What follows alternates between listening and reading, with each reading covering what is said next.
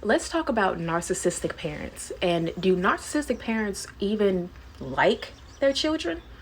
Well, it solely depends on what child they're dealing with. For example, the golden child are the children or child that they are most liked by their parents. Parents will have the most patience with this child and will rarely yell at them or punish them or think that they do anything wrong. This is the child that is the most appreciated, respected, and liked and loved and cared for by the narcissistic parent.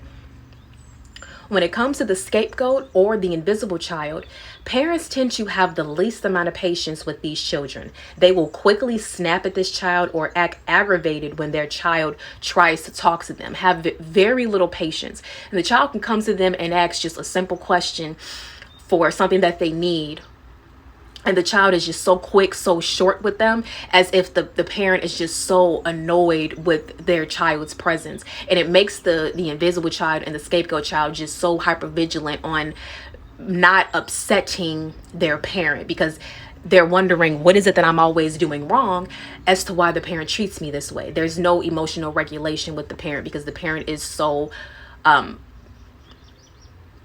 impatient with this child. And ultimately, parents like their kids more when they have more control over them.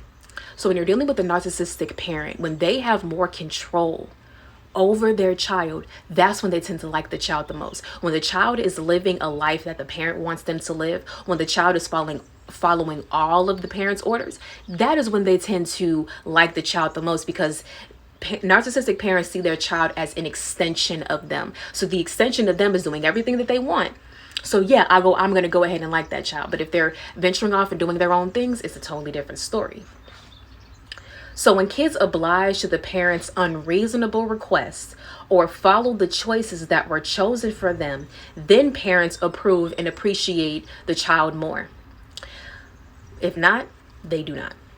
Narcissists do not believe in their child being their own individual person.